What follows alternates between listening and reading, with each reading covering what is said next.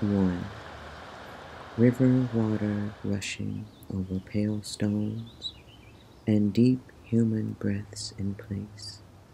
I take note of the human, the compulsion to claim, the compulsion to place a self, myself, here, the compulsion to name the place in time of my arrival, as if it matters.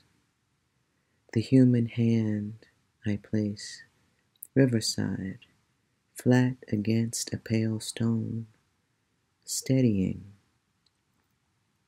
This is the anchor, I tell myself, relieved, though perhaps I believe that I am. The real anchor, the human, has placed a self here, named and renamed and remained.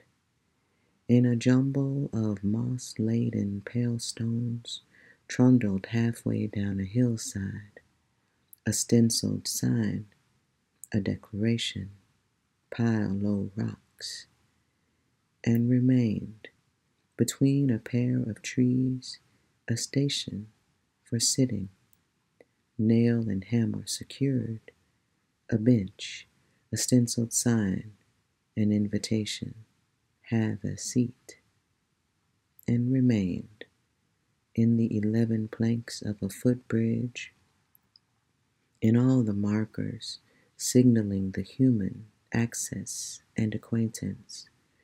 This is birch, and this is red maple, that is red oak, and a guide to the habits, dietary and otherwise, of the porcupine, the life cycle of the field mouse, the predation of the bald eagle, a guide to the foot-pounded path, a guide to the color-flagged trail marking the falls, a place where the river does something more impressive than simply plunge itself infinitely forward, its constant state, constant changing, moment to moment, a place named for what these pale stones can make a river do.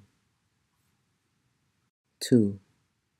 Pale stones, slabbed and scattered, set down with the resolve of millennia, laid here by the will of earth's wise body, pale stones over which a river hurtles into the gravity of a subtle cascade, pale stones over which a river drapes a veil, darkening them into water's wet shade, pale stones, a river and a human, existing by chance here for a moment, here.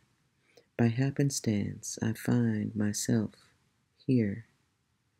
Which of us is the anchor? I ask these stones, I ask the river, as I capture and claim images of them, as I capture, as I claim, as I walk away, this impulse.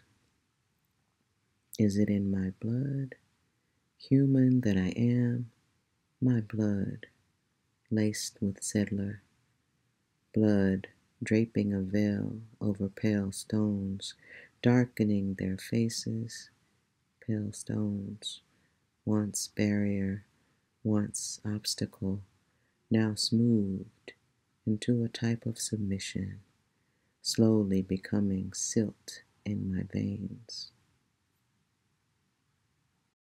3. It's been said before, from the desert, in which rivers unwind themselves underneath the earth. I said it a decade ago, said it from the dry desert, said sometimes the changes in a river's course are scars.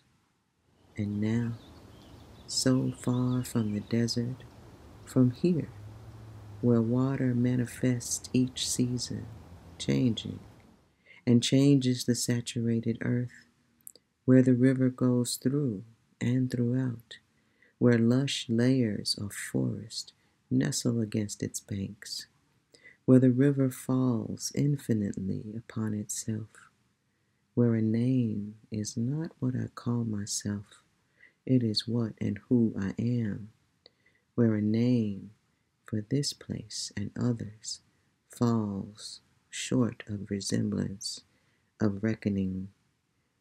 Sometimes the changes to a river's course are a collection of scars, still true, and sometimes the changes to a river's course are a collection of pale stones, slowly becoming silk.